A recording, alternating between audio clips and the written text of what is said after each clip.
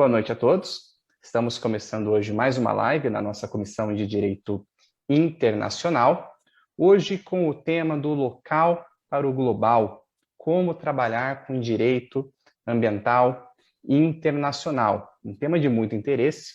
Basicamente hoje quando a gente fala de direito ambiental, é um tema premente, é um tema que cada vez mais chama a atenção.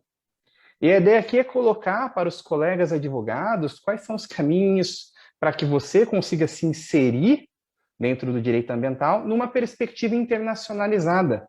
Eu até comentei com a doutora Juliana por esses dias que, em determinado momento da minha carreira, eu como advogado tinha a ambição de internacionalizar a minha carreira. E como advogado é complicado, porque você estuda o direito local. Cada país tem a sua própria legislação.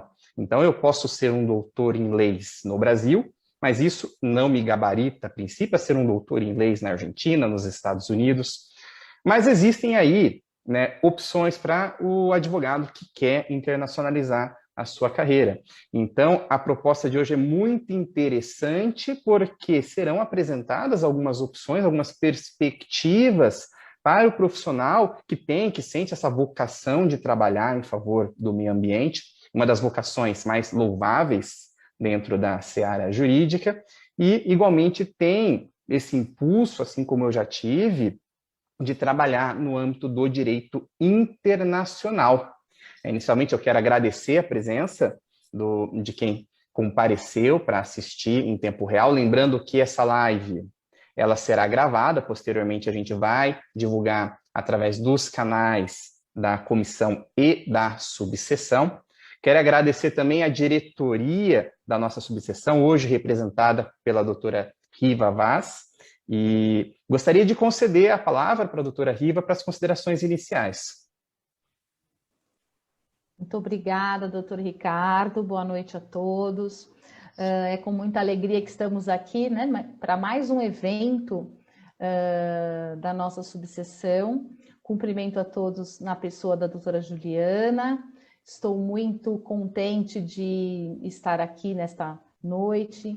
Tenho certeza que irei aprender muito, o que é costumeiro quando temos aí a palestra da doutora Juliana. Gostaria de deixar aqui um abraço também a todos, ao nosso presidente aí, doutor Ricardo, doutora Juliana, né? Um abraço do nosso presidente da subseção, doutor Peter, do doutor Vieira, doutora Cláudia e do doutor Matheus. Saibam e que não custa nós reforçarmos que as comissões que fazem com que a nossa subseção seja a subseção que é. Doutor Ricardo, muito obrigada pelo seu trabalho. Doutora Juliana, também muito obrigada pela presença. Agradeço. E vejam vocês que, além de ter um tema muito interessante, a gente tem também uma profissional extremamente gabaritada para facilitar esse tema para a gente, e uma pessoa que não só pelo conhecimento, mas uma pessoa com uma energia muito positiva, é uma pessoa que a gente, pela convivência, vai desenvolvendo bastante carinho. Então eu tenho a plena convicção que hoje, nesta noite, a gente vai ter um evento bastante edificante. Dito isso, eu gostaria de apresentar a nossa convidada, a doutora Juliana Torres. Ela é mestre em Direito das Relações Sociais, com ênfase em Direito Ambiental pela PUC de São Paulo. Está na PUC até hoje, formando alunos da graduação e da pós-graduação desde 2005. No ensino... Perdão? Não, agora eu estou no digital já. No digital também. Então, eu quero apresentar a nossa nobilíssima colega, ela também é membro da Comissão de Direito Internacional. Doutora Juliana, gostaria de fazer as considerações iniciais? Eu quero agradecer e mostrar como eu estou contente, alegre. Eu espero que todo mundo aqui também, porque hoje a gente vai viajar, né? Está aqui na Comissão de Direito Internacional, vai viajar, ir para o aeroporto de Guarulhos e vamos embora. Então... Vamos lá, vamos viajar todo mundo, vamos sonhar nessa noite. Maravilha, doutora. Então, vamos partir pelo tema do local para o global. O que significaria isso, doutora, sobre a perspectiva do direito ambiental? Bom, esse é um convite que eu faço para todo mundo, doutora Riva, doutor Ricardo, todos nós, todos que estão aqui prestigiando, os estudantes de Direito lá da PUC que me falaram também, falei, olha, doutora, que bacana esse tema, então todos sejam muito bem-vindos, advogados ou estudantes ainda. O que a gente pensa não é só a área do direito ambiental, né? Pensar do local para o global é uma exigência de todos os profissionais. É isso que vocês vão encontrar na boca de todos os diretores de RH, de consultores de carreira, enfim. Por quê? Porque cada vez mais o mundo se conecta. A pandemia mostrou muito bem isso, né? Como que rapidamente o vírus vai para todos os lugares, rapidamente todo mundo está fazendo a mesma coisa.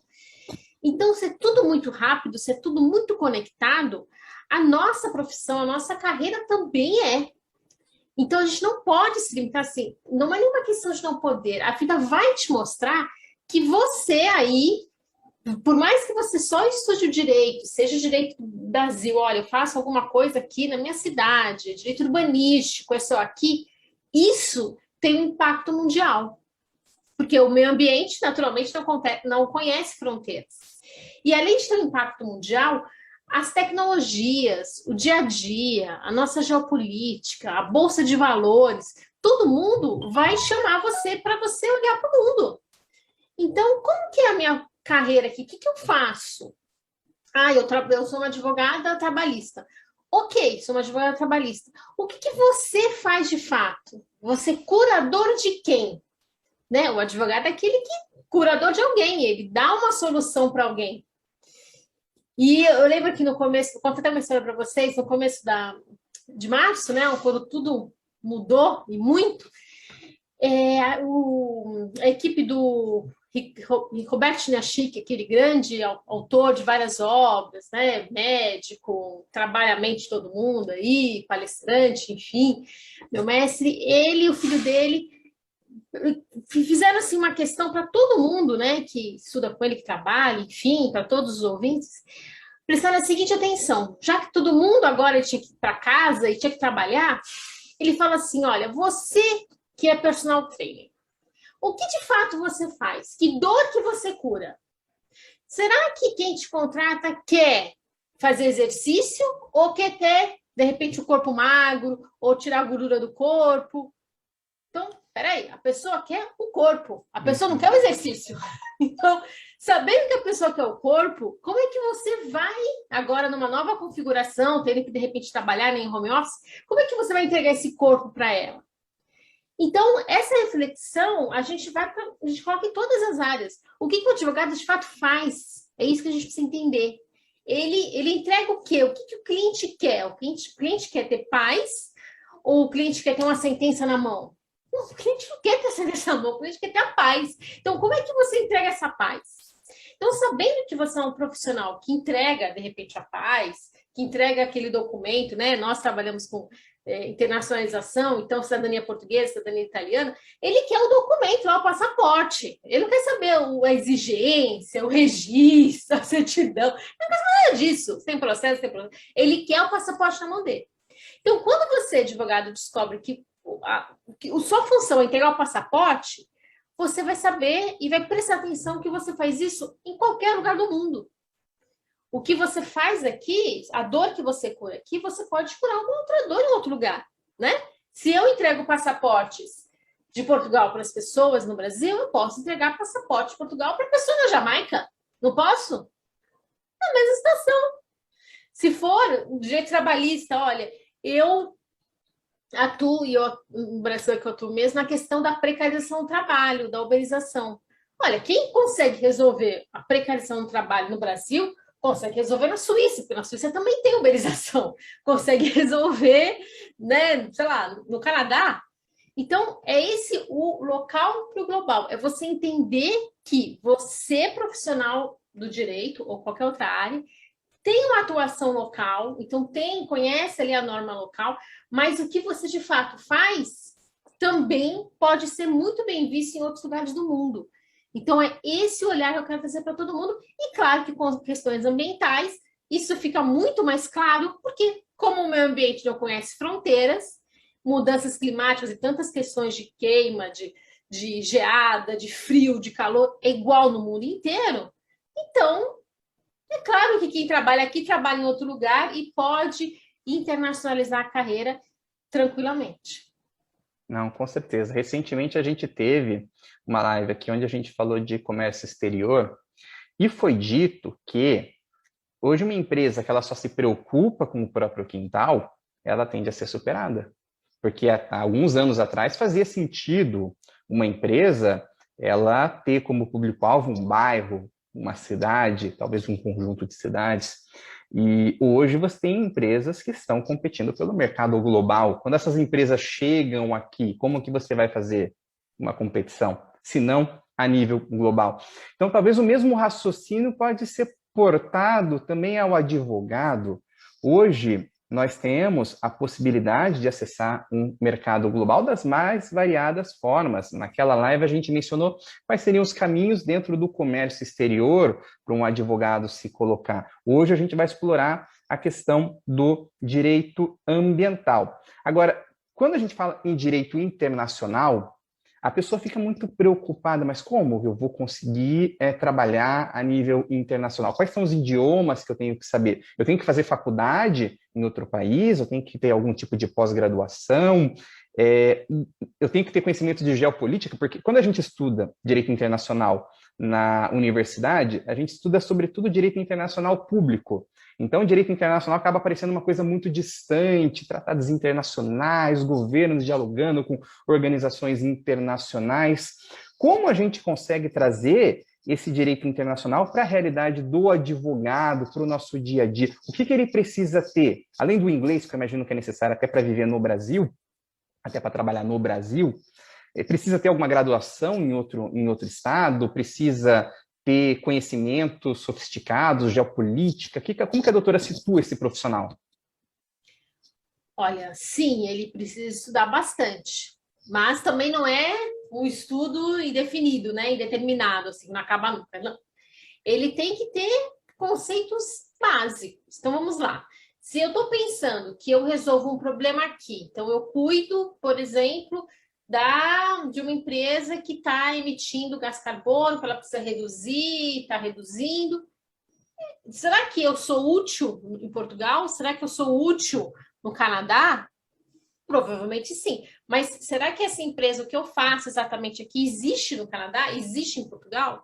Então, tem que ter noções de geopolítica, né? Então, a gente volta lá para a graduação. O que você entendeu de geografia?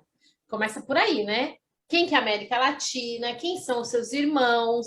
Ele estudou lá Mercosul, os pactos entre os grandes blocos, né? União Europeia, NAFTA, enfim. O que é a ONU? Como que a ONU se relaciona com todo mundo? Então, assim, conceitos básicos. Não vão pensando assim, eu tenho que entender 30 mil tratados, inglês. Calma, não é isso. O primeiro passo é entender geopolítica. Os países, tudo bem? O que é Colômbia? O que é, de fato, Argentina? O que é Paraguai? Mas aí você vai entendendo naquilo que você trabalha, naquele tipo de empresa. Ah, então, se eu trabalho com uma empresa prestadora de serviços, como que é esse trabalho no mundo inteiro? Ah, na América Latina de um jeito, na China de outro. Então, você vai entendendo cada país, vai estudando, para isso você vai entender geopolítica, que país que briga com qual, que país que faz união com qual, né? Vai entendendo, por exemplo, o que é língua portuguesa? A língua portuguesa é falada no Brasil? Não, se você for entender geopolítica, você vai entender que existe a CPLP, que é a Comunidade dos Países da Língua Portuguesa. Ah, então quer dizer que já tem alguns países aí que eu já posso trabalhar, porque todos eles vão falar português? Sim, né? A indústria de games, por exemplo, ela é solicitada cada vez mais que os jogos saiam em português e que esse português vá para os países da CPLP. Aí, ó, uma fonte de investimento, de oportunidade. Então, o profissional de advogado tem que pensar exatamente assim, né? O que ele vai estudar, quem é o mundo, ele entender o que é o mundo. Não vai querer, eu quero ir para a França porque eu acho que é bonito, eu vejo no filme. Não, mas o que é a França? Sabe o que é a França? O partido que é lá, a temperatura, a moeda, o que se come na França. Então, Quais são as regiões francesas? Que tamanho que é a França? Tamanho de São Paulo? É 10 vezes São Paulo? Tem praia? Não tem? Então, primeiro são essas noções de geopolítica, né? Por exemplo, quem quer trabalhar com a China, você vai entender que a China é um continente gigantesco. É muito diferente do Brasil, é muito diferente dos países europeus. Só estudando geopolítica, só estudando geografia. Então, esse é o primeiro passo. Daí, você vai estudar, falar inglês basicamente, né, internacional, mas, por exemplo, falar inglês na França já não é tão bem visto. Melhor, você tem que saber falar o francês. Então, essas noções do que você realmente precisa, a língua, o produto, o que você vai comer, com o que você vai se comercializar, se eu posso falar com alguém vestir uma blusa que eu tô hoje, será que tudo bem, o chinês vai me receber? Ou não? O italiano vai falar o quê de mim? Ah, eu tenho que colocar um blazer? Então, são essas questões de costumes que a gente vai conhecer nessa interação, nesse estudo. Então, não saiam aí desesperados fazendo 30 mil MBAs, sendo que a questão às vezes é muito mais simples. E, na verdade, essa questão de você conhecer a cultura do local antes de dialogar com esse local tem uma importância gigantesca. Às vezes você não precisa nem sair do Brasil. Uma pessoa, um recém-formado vai fazer uma entrevista numa empresa chinesa, ali já é de bom gosto ele conhecer um pouco, né? Saber como se apresentar. Agora vamos, até honrando o título, partir do local para chegar ao global. Primeira pergunta que eu queria fazer para a doutora. O direito ambiental ele pode ser lucrativo para o advogado?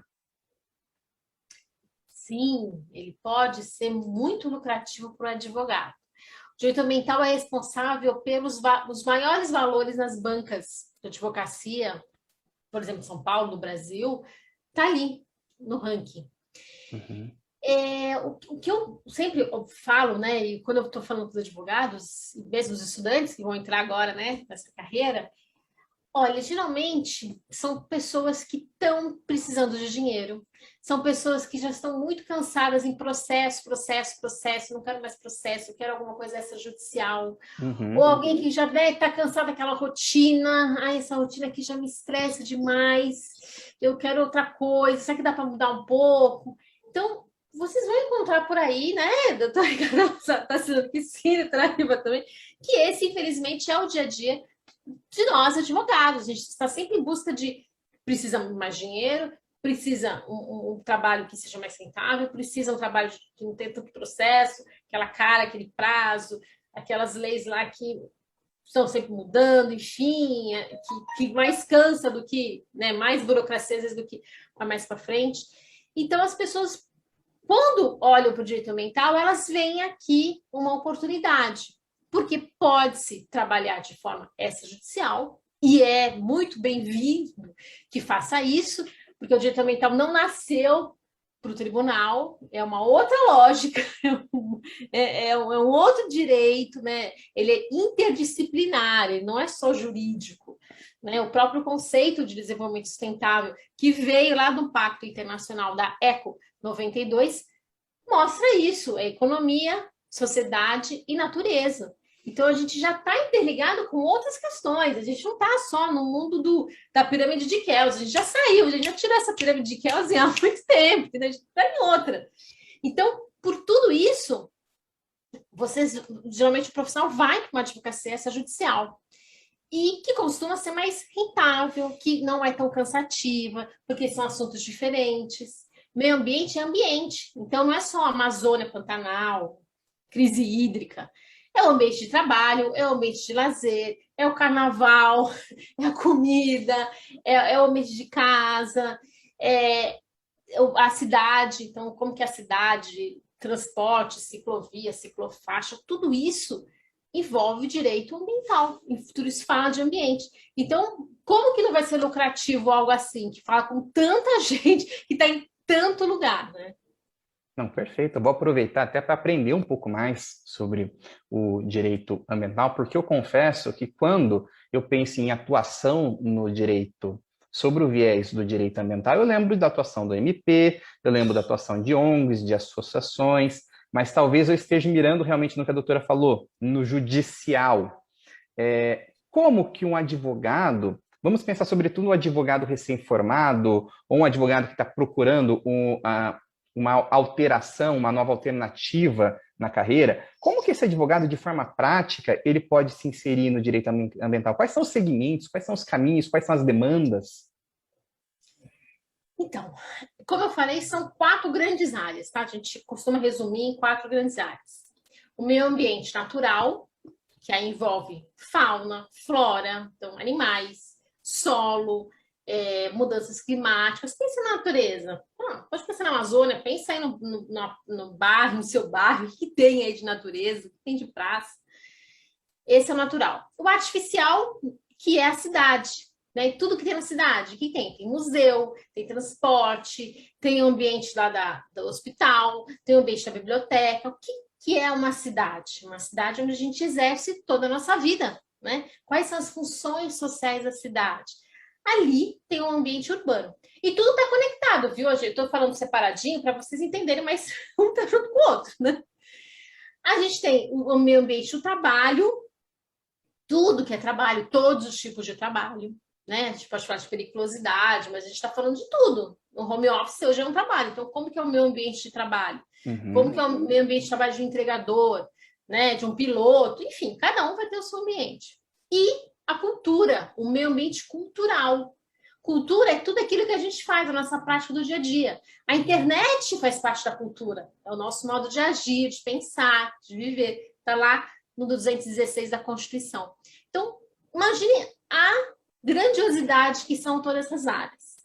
É muita área. E, por outro lado, também, respondendo a pergunta dele, porque é lucrativo, nós não temos profissionais especializados. Então, não tem alguém que, por exemplo, no Brasil, resolva a poluição sonora. Tem alguém que você faz? Nossa, já pensei num advogado aqui que resolve a poluição sonora. Não tem. Não temos profissionais gabaritados que se especializem e que divulguem para todo mundo. Olha, sou eu aqui, tem um problema com o vizinho, tem um problema da construção, então me chama aqui que eu vou resolver. Então, esse estudante aí que quer botar a cara no mundo, aí a cara no trabalho, ele vai encontrar justamente essas áreas práticas. Então, olha, poluição sonora, como é que resolve a poluição sonora? Você vai entender o que é uma poluição sonora, você vai entender as leis que estão regulando isso na cidade de São Paulo, na praia, no Pará, Belém, Maranhão, enfim. A cada legislação local, como que a prefeitura, qual que tem que ser a sua ligação ali com a prefeitura, o que a polícia ambiental faz. Então, você vai aprender como é que resolve uma poluição sonora aí no seu bairro, na sua cidade. Seja de uma construção civil, seja do condomínio, seja da balada, seja da arena, Palmeiras, que é lá, o Allianz Parque, seja o tamanho, né, da balada que for, da festa que for. Quem consegue resolver poluição sonora em São Paulo, no bairro, consegue resolver poluição sonora em qualquer lugar do mundo, porque a situação é a mesma, o barulho é o mesmo, né? As pessoas afetadas são as mesmas. O tipo de empresa que é fazer acústica, por exemplo, é muito semelhante. A legislação talvez mude, claro, a prefeitura, o modo de agir mude, mas para isso você vai fazer uma parceria internacional com algum advogado lá. Então, você não precisa ser o advogado que tem registro na ordem lá da Rússia, da China, de Portugal, da Colômbia, não. Você faz uma parceria, mas você resolve, né? É isso que, por esse caminho que o estudante já pode começar, por exemplo. Não, mas isso que a doutora falou é fantástico, porque é justamente isso. É muito ingênuo se imaginar qualquer profissional que vai advogar em alto nível sozinho. A gente precisa de parcerias, a gente precisa de conexões. E a nível internacional, ainda mais. Não só porque você vai ter, muitas vezes, a necessidade de um profissional que conheça a legislação nativa, mas os segmentos são tantos e eles se conectam que a gente dificilmente vai se tornar um especialista em tudo. Normalmente, quem tenta ser um especialista em tudo acaba sendo superficial, né? Eu falo sempre, e que eu tenho oportunidade de conversar com estagiários, com pessoas que ainda estão na graduação, que o pessoal tem muito medo em relação ao direito, porque o direito aquele discurso do direito já virou commodity. Será que o direito já virou commodity? Porque uma coisa é você ter uma atuação nas grandes áreas, onde tem uma concorrência muito grande, essa concorrência acaba, inclusive, prejudicando, nivelando para baixo a remuneração e a oferta de trabalho. Mas o que, de repente, as pessoas não observam são tantos segmentos que ainda ou não são explorados ou são muito pouco explorados, ou são explorados apenas por grandes escritórios, deixando ali um eco, deixando ali um espaço para pequenos advogados também, né, entrar, iniciar uma carreira. Então, essa questão da especialização, para quem está pensando em termos de carreira no direito, me parece ser essencial, né? Você veja, nós estamos falando de direito ambiental, de repente, quem pensa em direito ambiental pensa em um segmento. Aqui, nesses 20 minutos de conversa, a gente já percebeu que esse segmento pode virar tantos, tantos e tantos outros segmentos. Isso é muito importante. Uma coisa que eu esqueci de falar, para quem está assistindo ao vivo e quiser direcionar uma pergunta, coloca no chat, que aí na oportunidade a gente vai direcionando a pergunta para a doutora Juliana. Então, vamos lá, doutora, de tantos segmentos que podem, né, se desmembrar do direito ambiental, como escolher? Como que um profissional ele pode escolher uma carreira lucrativa, de preferência dentro daquelas mais lucrativas, para trabalhar tanto no Brasil, mas aqui, né, dentro do nosso escopo, sobretudo a nível internacional? Qual seria a recomendação, a sugestão da doutora? Então, olha, isso vai variar de dois aspectos que ele tem que considerar. O que ele de fato se identifica, o que ele gosta, né? Como é que é? Olha, se eu for falar para você que a uberização é um dos temas que mais está aí pelos mestrados e doutoramentos do mundo, todo mundo está falando de precarização, de uberização. Tudo bem, como é que resolve isso? Mas você gosta disso? Você se identifica? Ah, eu vou lá entender o tal do algoritmo, tem que entender o que é entregador, o que é o Uber. Ah, eu não quero esse mundo. Não adianta, né? Que isso não vai ser lucrativo para você. Então, o primeiro ponto é identificar. Qual a sua identificação? Ah, eu sempre gostei de estar no mato. Então, para mim, olha, ir lá, entender os projetos ambientais que são feitos, eu topo, tô aí. Então, isso já vai ser muito mais fácil para você que tem essa vida, de repente, mais rural do que urbana, né? E, além disso, é entender o mercado que você quer ir. Então, eu gosto muito, por exemplo, eu me identifico muito com energia solar. E eu até convido todos os advogados, no meu canal, quando eu coloco, olha, todos os advogados têm que saber que é energia solar, porque leva esse entendimento para o seu cliente. Será que o seu cliente já mudou a casa dele? Quais os benefícios que ele pode ter com isso? A empresa pode ter algum financiamento para colocar energia solar? De fato, o que muda? Muda no marketing dele? Daqui a pouco todo mundo vai ter que ter uma outra fonte de energia. Olha, o custo aí da energia que a gente tem hoje. Então, se qualquer advogado, qualquer área, seja de mercado de capitais, nacional, empresarial, família, se ele souber o que é energia solar, o mundo da energia solar, as empresas que estão aí, ele vai poder fazer o quê? Vai poder apresentar a empresa A para o cliente B. Vai poder fazer essa conexão. Mas cada vez mais exige-se um profissional que seja um profissional de mercado, que resolva. Imagina você estar ali atendendo um cliente lá numa área, sei lá, de família, né? Todo dia, e você descobre que ele tem uma empresa, que a empresa poderia ser muito mais lucrativa e muito mais responsavelmente, né? Com responsabilidade ambiental e ESG, que a gente sempre fala aí, se implantasse energia solar, placas solares ali na empresa dela. Imagina o preço que esse cliente ia falar, nossa, doutora, eu nem vim aqui pedir isso para o senhor, mas o senhor sabe, o senhor vai poder me ajudar? Então, tá vendo? São questões que estão aí na hora do dia e que todos precisam saber. Não tem que ser algo exclusivo do advogado ambientalista, né? Tem que ser algo repartido para todo mundo. Então, eu gosto de comentar isso lá no meu canal para as pessoas. Então, peraí, deixa eu olhar para isso. Como é que é? Eu posso ganhar com isso? Né? E aí você vai aumentando a sua capacidade de resolver problemas. Porque, às vezes, um problema pode passar.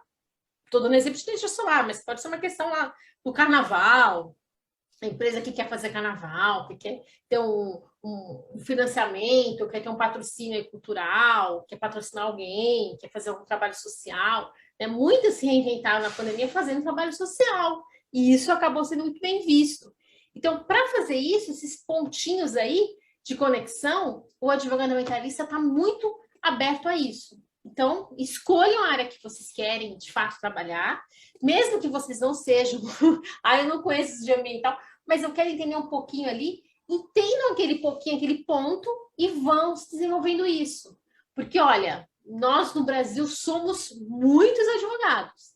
Temos um território imenso. Então, se tiver em cada cidade um especialista em poluição sonora, em poluição odorífera, energia solar, gente, já tem trabalho para muita gente, né?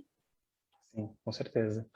Eu, quando penso em direito ambiental, acho que todo advogado, em determinado momento, pensa em outras áreas. Eu, quando penso em direito ambiental, penso em mudar o mundo, em salvar o mundo, aquela coisa de aquariano, né? Mas quando a gente pensa em carreira, a gente sempre, não só em cima daquilo que mais gostamos ou queremos realizar, mas essa parte financeira interessa muito. Então, quando um profissional está pensando em mudar de segmento, em mudar de área ou iniciar uma carreira com uma certa especialização, uma pergunta que esse profissional sempre faz é: mas aonde está a maior demanda? Onde está a maior demanda com as maiores remunerações? Em cima disso, a doutora teria alguma colocação? Então, quando a gente fala em demanda, a gente fala assim, aonde tem problema, né? Uhum. E aí, tá bom, aonde tem problema em São Paulo? No Brasil, tudo tem problema, gente, tudo. Então, alguém tem algum problema, sei lá, de bem-estar, né? Tá vivendo uma vida tranquila, tá em paz? Não, geralmente não. Por quê? Ou porque está muito quente, ou porque tem poluição, ou porque tem barulho, ou porque, nossa, que empresa aqui não vai, eu preciso de dinheiro, eu não vejo quem é que pode salvar aqui. Olha, cadê o terceiro setor para falar, eu gosto de você, eu quero você. Então, o advogado tem que entender que, além da capacidade dele de resolver problemas muito grande, que a Constituição gosta dele. E que esse gostar dele está passando por transformações. Eu costumo brincar com os meus alunos que, assim, eu quero o advogado ambiental, não é aquele que senta a bunda na cadeira e escreve uma petição. Não é esse. O advogado ambientalista é aquele que pensa e como que ele vai solucionar aquilo, que ele já estudou, já leu, já viveu, e aí ele vai fazer uma ligação, ele vai mandar uma mensagem no WhatsApp, e daí ele vai começar, às vezes, um projeto, um trabalho, vai ligar uma pessoa com a outra, vai fazer advocacy, que hoje em dia é muito importante isso. Então, assim, é um mundo de trabalho, é um mundo de conhecimento, que você vai olhar para isso depois que você estudou o 225 da Constituição, você entendeu que todo mundo tem direito ao meio ambiente ecologicamente equilibrado. E além de entender, você fala, bom, peraí, como que eu vou colocar isso na prática? Porque não é uma disciplina do blá, blá, blá, do mimimi, do eu acho bonito. Não. Amanhã a Greta está lá no Senado Federal, amanhã vai fazer uma sessão sobre mudanças climáticas. Alguns convidados serão recebidos, dentre eles a Greta. O que eles vão falar de eficiente? Então, o advogado que soluciona problemas, ele vai pegar o que eles estiverem falando e falar, bom, como que eu vou concretizar isso? Então, se eu tenho um problema de poluição sonora, essa poluição, estou voltando aqui o caso da poluição sonora, é de uma construtora ali do vizinho, o que você vai fazer? É o advogado proativo. Ele não vai ficar esperando o vizinho ligar para ele, para contratar ele para resolver o problema. Porque o vizinho não sabe que existe um advogado ambientalista. Não sabe que alguém resolve o problema de poluição sonora. Não sabe. Então, praça, que nós temos a questão da Praça do Pôr do Sol em São Paulo, que foi fechada. É praça, parece a Vera Parque. Quem que vai saber solucionar isso? Eu posso cuidar da minha praça? Será que o advogado ambientalista cuida disso?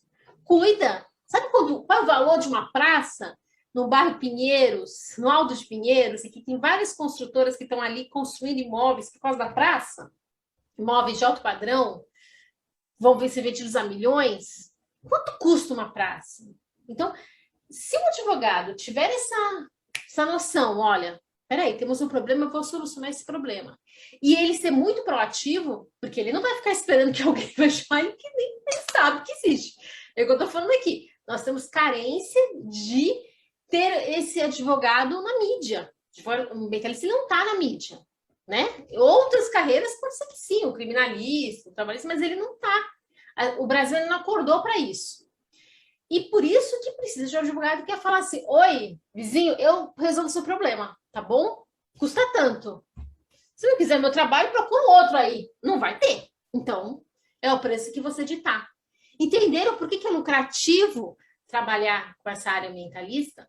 Mas precisamos de advogados que, além de estudarem muito, conhecerem muito, tenham toda essa... Bom, vamos lá, o que eu vou resolver? O que eu preciso fazer?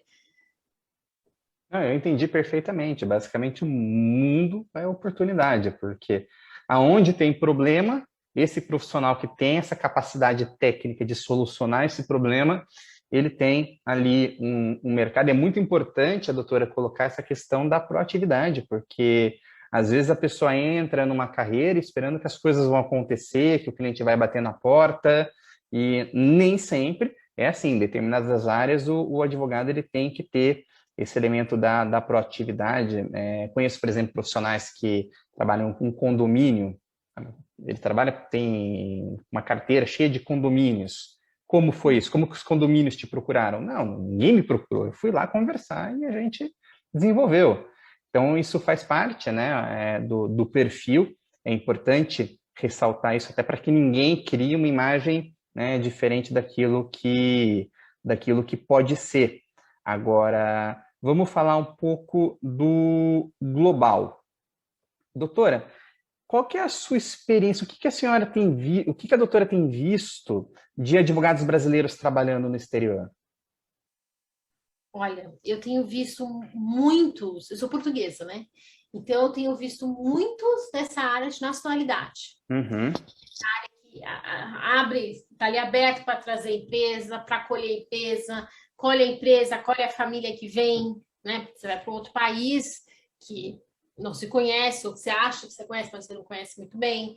Então, tem advogados que encaram mesmo essa postura do eu soluciono problemas. Então, se o problema é a escola do meu cliente que está vindo para cá, para montar uma empresa, montar uma filial da empresa que ele tem no Brasil, ele precisa chamar uma escola, ele não está achando, sou eu que vou lá falar para ele, ó, tá aqui, ó, a lista das escolas. Então, é esse advogado proativo, que ele vai entender um problema, que problema que tem aqui nessa cidade? Deixa eu ver. Nossa, aqui tá faltando jovens, né? Tá faltando interação, tem praça, mas não tem ninguém que venha. Então, o que eu vou fazer para aumentar a cultura, né? As atividades culturais de lazer nessa cidade? Então, é o advogado que ele sozinho ele lê. Por isso que é muito promotor de justiça. Quando você falou do promotor de justiça, eu consigo entender o MP, eu consigo entender. O advogado ambientalista, ele faz exatamente o que o promotor de justiça faz. Só que aqui ninguém vai pagar, né? Se ele não for atrás do cliente, se ele não for atrás de oportunidades, se ele não montar, de repente, a ONG dele, a associação dele, ele não vai pagar. Aqui o promotor, ele abre o jornal e fala, olha, temos um problema na Paulista hoje. Vai lá e entra com a ação civil pública, com o inquérito. Uhum. O advogado é uma coisa. Ele vai falar, olha, temos um problema na Paulista, precisamos resolver. Como que a gente resolve? Quem é que paga a minha conta? É isso. Só que é uma atividade muito nova. Então, você vai encontrar profissionais que, às vezes, estão fazendo de graça. Eu faço um trabalho voluntário. Mas, peraí, por que é voluntário? Porque eu não sei como é que paga isso, tem que paga. Então, a gente ainda está nessa fase embrionária, né, no geral. Mas aí, quando você vai para o mundo, você vai encontrar, às vezes, soluções fantásticas. Às vezes, vão te ver com outros olhos. Então, em alguns países europeus, você consegue ser bem visto, bem quisto, pela sua capacidade, que às vezes aqui no Brasil não é tão claro assim, e você pode trabalhar também nas ações que são originárias do Brasil, mas que a sede financeira das empresas estão no exterior. E quando estão no exterior, que é o caso da BHP, daquela tragédia de Mariana, o processo que começou no Brasil, as vítimas não foram atendidas, esse processo foi para Londres, porque lá tem a empresa, o BRIC lá é quem assina o cheque, né? A empresa BHP, a controladora, e né, a coligação aqui tem com a Samarco, com a Vale, e lá, então, há uma possibilidade desse processo, eu não estou acompanhando nos últimos meses o que está acontecendo, mas por que foram para lá? Porque justamente para isso, para buscar a capacidade mais rápida dessas vítimas serem atendidas E os advogados de lá precisam entender de direito brasileiro. Então, está aí uma oportunidade de trabalho para todos os advogados do mundo inteiro que queiram ir para vários países, aonde que eu posso trabalhar, onde que o direito brasileiro vai ser demandado. Porque o juiz tem que entender, o advogado tem que entender. Então, nesse mundo global, eu vou pensando e racionalizando se o que eu faço aqui no Brasil tem impacto lá fora, pode ser bem visto lá fora, pode ser, né, uma causa, um agente de solução lá fora. Então, são essas áreas que eu tenho visto. Tenho visto de nacionalidade, eu tenho visto de empresas, né, que vai internacionalizar a empresa, deixar no mercado interno. Eu tenho visto,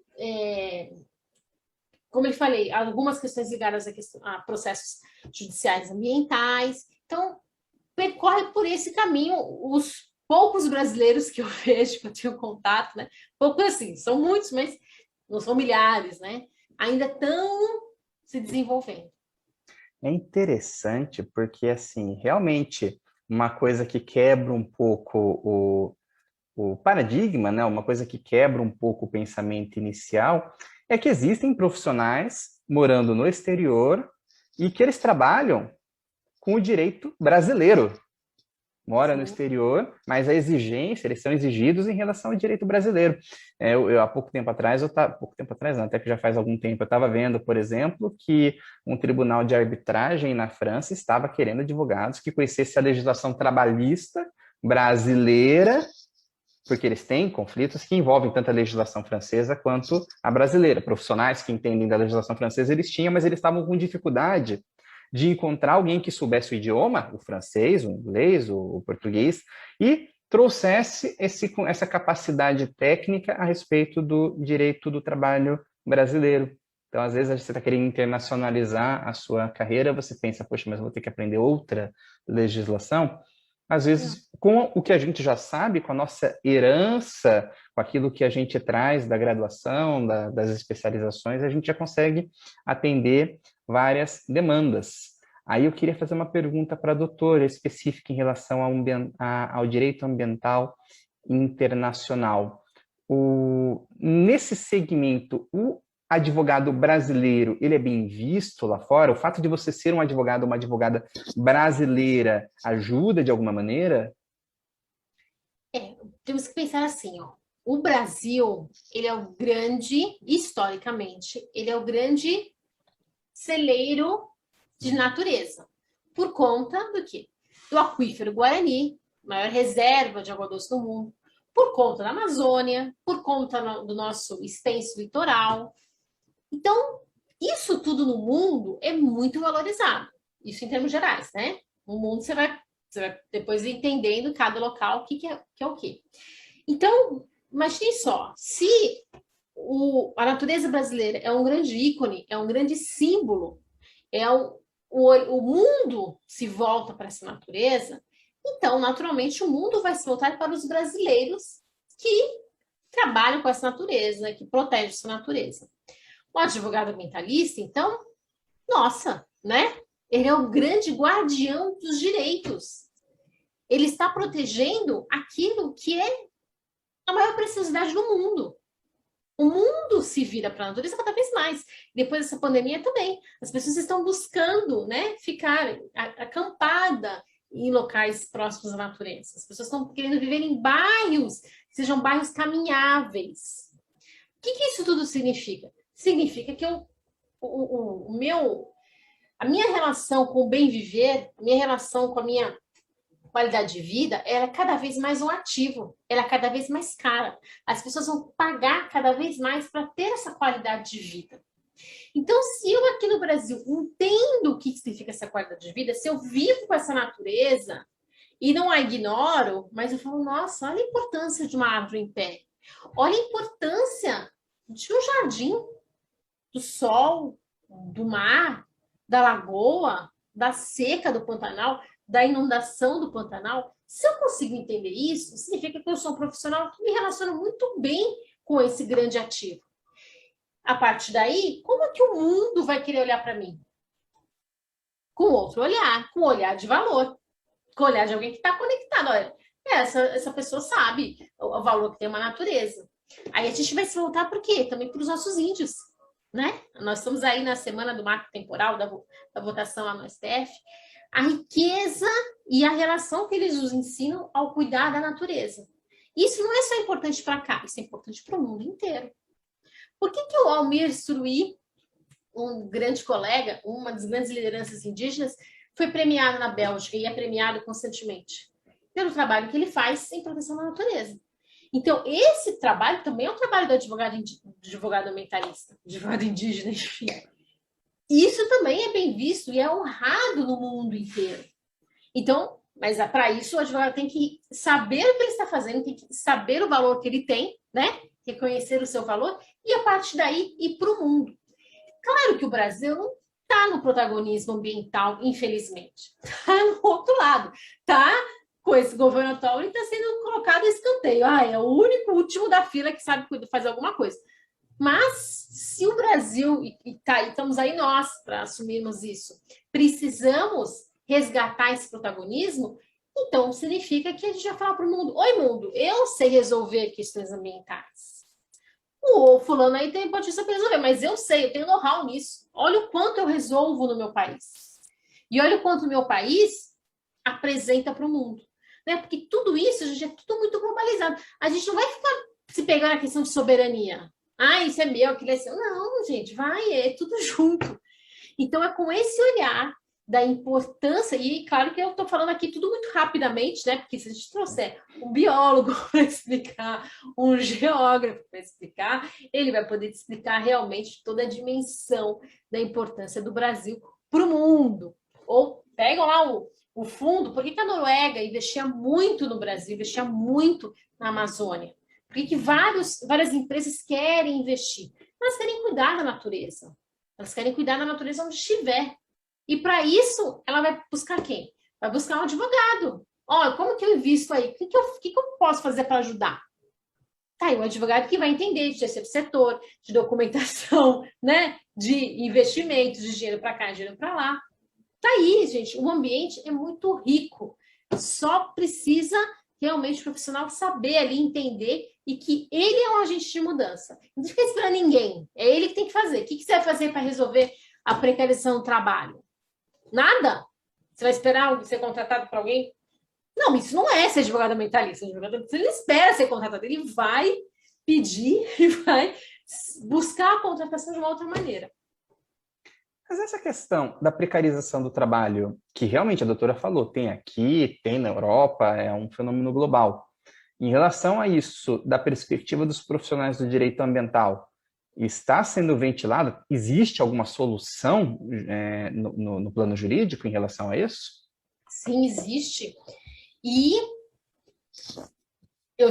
estamos trabalhando aqui nesse tipo de solução. O que a gente, se a gente for pegar a história da humanidade, parando na humanização, a gente entende que, olha, aqueles direitos conquistados a muito suor, né, muito sangue, eles estão sendo reduzidos, e agora a gente parece que entendeu que, olha, basta pagar um dinheiro ali, não precisa registrar a pessoa, não precisa de CLT, isso tudo é muito caro, muito confuso fazer aquele processo seletivo gigantesco, é caro, então vai lá, faz um aplicativo, baixa aqui e começa a trabalhar. Mas aí a pessoa trabalha 15 horas por dia, não tem férias, não tem 13º, FGTS, nada. Você recebe lá um valor, R$1, R$2, R$5, e segue assim. Pode ser desempregado, então todo mundo é o que tem para hoje, vou fazer. O que dá para resolver?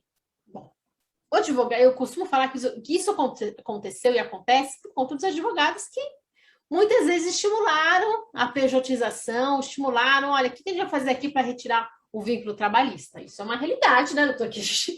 Todos os advogados, nós trabalhamos com empresas, nós vimos quantos nós já fizemos isso, ou fomos estimulados a fazer, ou vimos sendo feito ao nosso redor.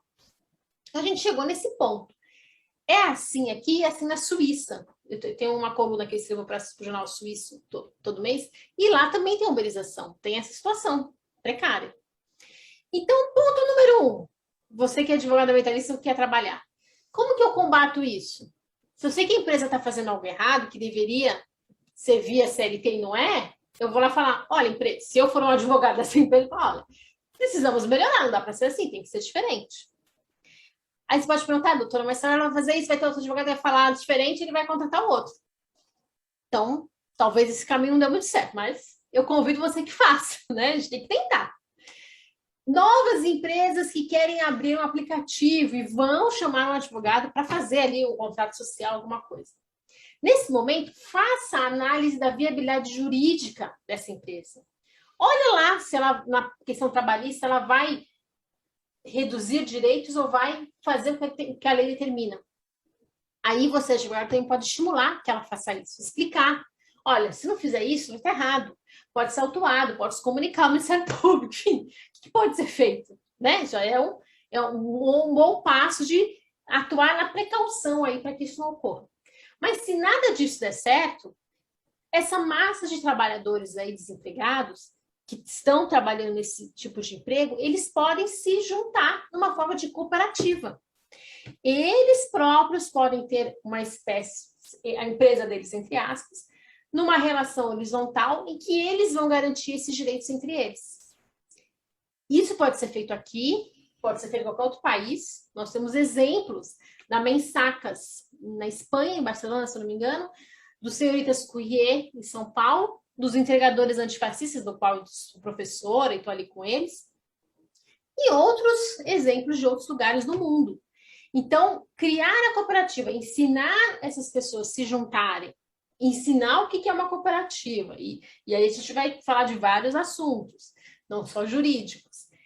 Se juntar, tem organizações de cooperativas no mundo, no Brasil também tem, mas de forma séria, não é uma fraude, não é achar um jeitinho brasileiro, o negócio é sério mesmo. Aí é uma maneira de vocês, todos nós, evitarmos essa precarização. É uma proatividade. Então, hoje, por exemplo, a gente busca recursos, a gente primeiro lança uma busca aí de crowdfunding para que, depois de conseguidos esses recursos, o advogado seja pago, os estudantes sejam pagos. Então, é um trabalho que, às vezes, o advogado começa de forma voluntária. É isso que ele tem que ficar claro. Ele vai começar colocando dinheiro ali. Colocou dinheiro, então como que eu tenho que fazer esse arranjo aqui para me pagarem? Vou buscar um edital aqui, um crowdfunding ali, para que eles, depois desse dinheiro, possam pagar o serviço do advogado e a partir daí começar. Então, vocês entenderam, gente? Não é alguém, ou alguma empresa que talvez queira bancar esse profissional, mas geralmente não é. Então, é o advogado que ele vai ter que ter esse aporte, esse investimento inicial para, então, ele resolver algum problema social. Eu acho interessante. A doutora está falando e está traçando um profissional que ele tem o perfil empreendedor. Mas nem todos os profissionais têm esse perfil empreendedor. A gente tem muitos profissionais que preferem a segurança de um emprego, a segurança de um salário, o direito ambiental, né, e sobretudo no espectro que estamos falando internacional, ampara as pessoas com esse perfil, o profissional que tem esse perfil? Sim, ampara, e principalmente como eu dei o exemplo das parcerias, né? Assim, esse exemplo que eu dei aqui no Brasil, que tem para funcionar aqui no Brasil da cooperativa, em outros países, às vezes isso vem direto do governo. Então, o governo, se eu chegar lá na prefeitura e falar, oi, é o seguinte, chegou na França, eu estou querendo fazer um negócio aqui para auxiliar, aqui um trabalho coletivo, né, social, de direitos. Nossa, doutora, não, vamos lá, então, o que a senhora precisa? Precisa de um local para aceitar? Então, aí, eu não tenho esse investimento inicial, perceberam? Uhum. Em alguns países, eu já posso ter isso logo de cara, porque vão ter um outro olhar para as questões sociais. Às vezes no Brasil a gente não encontra isso. Então, lá fora existe sim esse perfil empreendedor, mas às vezes existe um perfil de que você já entra no... Aí, tem um termo, né, advogado, não é bem advogado social, mas tem um ramo da advocacia, que esses profissionais eles já estão ligados, às vezes, a associações religiosas, algumas ONGs específicas, então eles trabalham, né? Eles têm esse salário, como eu falei. Então, para isso, você vê qual que é o seu perfil. Olha, eu quero ter um perfil mais arrojado, eu topo fazer uma parceria, tenho dinheiro para investir na frente, então tudo certo. Às vezes não, eu preciso ser empregado. Então, Será que a Caritas da França vai querer me contratar para eu poder fazer esse mesmo trabalho social? Às vezes sim, né? E por isso que vai ter que ir trafegando nesses caminhos aí. Não, perfeito. Uma coisa que eu fiquei na cabeça, a gente fez um paralelo em relação ao trabalho do direito ambiental com a atuação do MP. E a doutora mencionou que assim como o MP faz, se o profissional, o advogado, ele vê um problema, ele também pode ser o portador de soluções. E aí eu queria esclarecer um pouco mais esse ponto. Por exemplo, de repente o advogado ele se depara com um problema de poluição, de desmatamento. Quem seria o cliente-alvo ideal para um profissional desse? Quem paga a conta para esse profissional realmente poder atuar? Então, aí é caso a caso. Vai ter um caso em que temos uma poluição. O que ele pode ver? Abre o jornal hoje. O que teve no jornal hoje? Teve uma poluição sonora, por exemplo, teve uma poluição sonora, poluição atmosférica lá em Cubatão, por exemplo. Quem é o principal interessado que aquela poluição cesse? Bom, se for uma empresa listada em bolsa, é a própria empresa. Então, se você chegar lá, tocar campanha, quero falar com o diretor jurídico, quero falar com o gerente administrativo, explicar, olha, doutor, olha, está acontecendo isso, não deveria acontecer, eu sou advogada, aqui meu cartão, tem jeito de solucionar isso, enfim. Pode ser que a própria empresa já seja opa, está acontecendo isso? Não vi ainda, né? Como eu lhe falei, hoje em dia o ESG, o ODS, essas siglas aí que aparecem no Instagram, todo lugar, nada mais são do que cumprir o artigo 225. Ponto. Então, se a empresa tem essa capacidade de entender que é importante cumprir a Constituição, né? A gente não tem. É importante que ela já siga e vá procurar. Ela vai atender, ela vai falar, é isso mesmo, então já vou fazer. O Estado é outro que tem o dever ali de fiscalizar, também por conta do 225, Estado, a Prefeitura, a União, enfim. Mas aí você tem os profissionais, os procuradores de cada um, né? Se você tiver um procurador que vai falar assim, nossa, esse advogado aqui tem alguma outra estratégia, esse procurador, às vezes esse promotor pode ir lá e falar, bom, então vamos falar com ele, qual que é a estratégia, o que dá para fazer?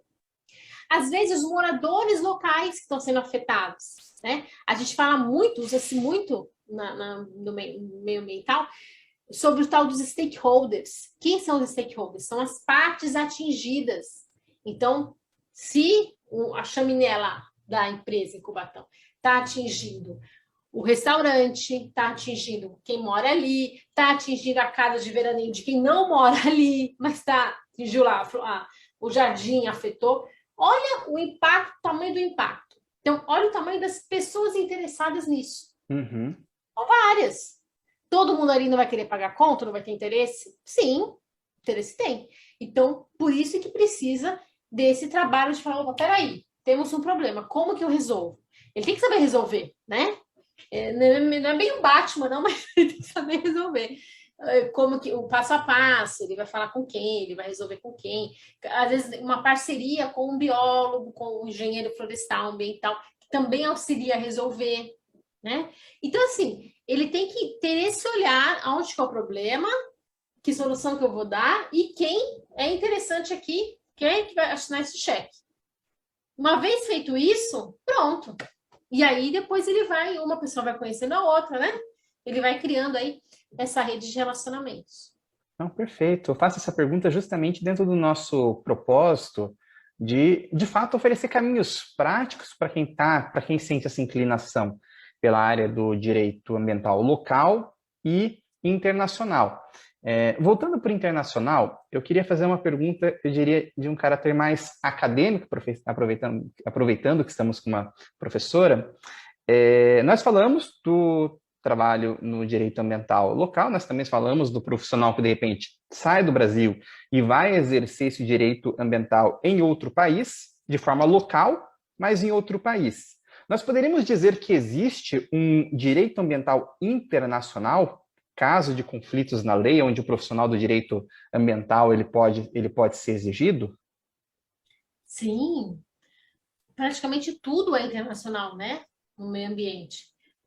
Porque ele nasce como que o direito ambiental nasce? Isso é importante a gente entender. Ele nasce a partir de conferências internacionais, que vão ter esse olhar. Então, é o mundo que se une. Imagina uma conferência aqui, ó, pessoas se reúnem numa sala e vão começar a estudar, a falar que alguma coisa é importante, né? Todo mundo tem o mesmo pensamento.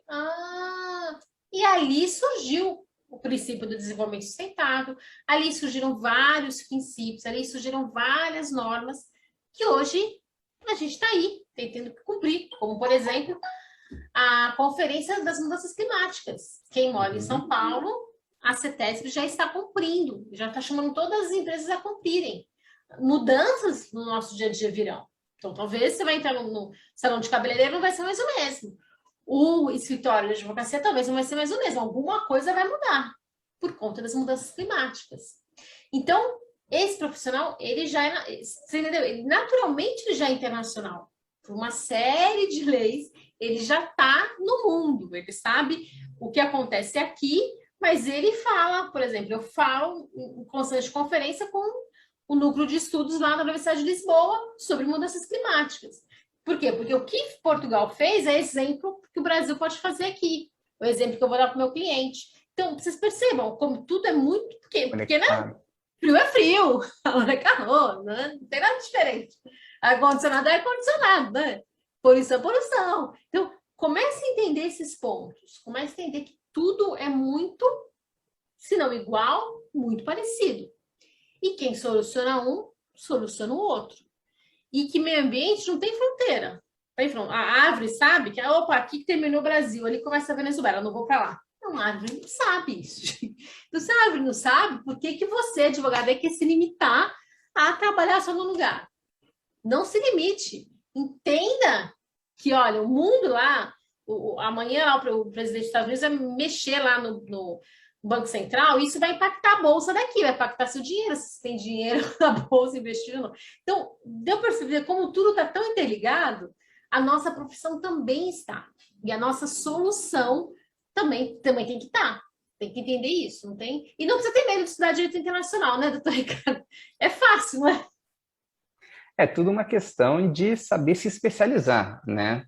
Você querer abraçar o mundo inteiro, escolher um segmento, se tornar referência naquele segmento e contar com boas parcerias, com uma boa rede de profissionais que te dê substrato naquilo que te falta. Eu acho que isso é muito importante. Mas eu achei muito bacana. Realmente, né, depois de uma conversa dessa, a gente sente uma atração, a gente sente, né, a gente entende o porquê temos tantos advogados e advogadas que são literalmente apaixonados pelo direito ambiental.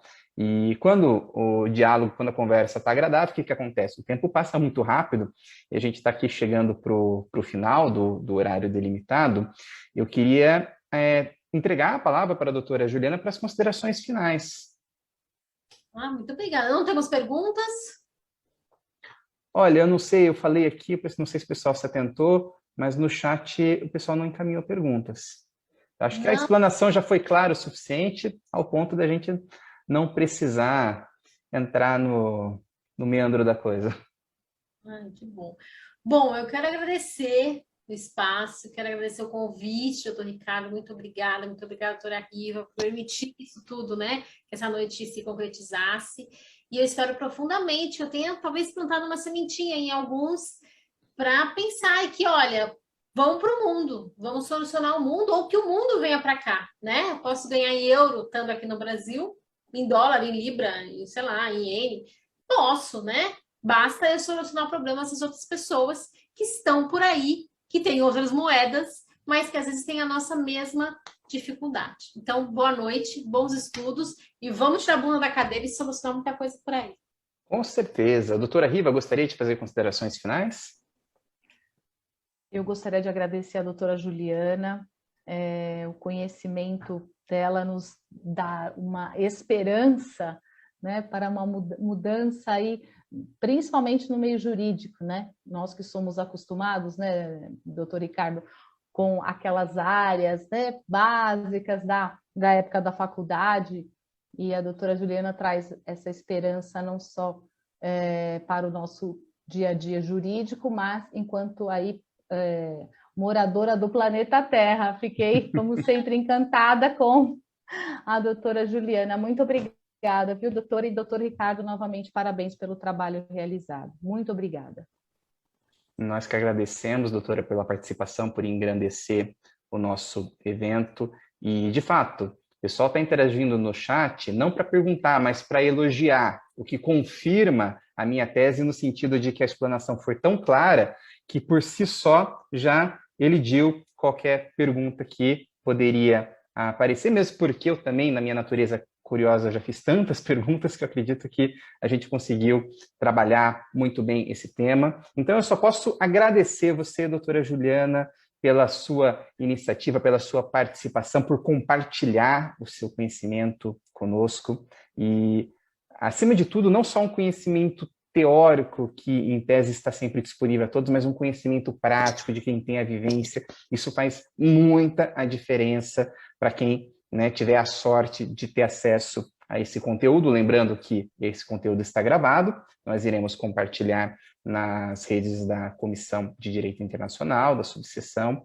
Então, mais uma vez, eu quero agradecer a todos os presentes e com isso eu encerro mais essa live. Um grande abraço do lado esquerdo do peito.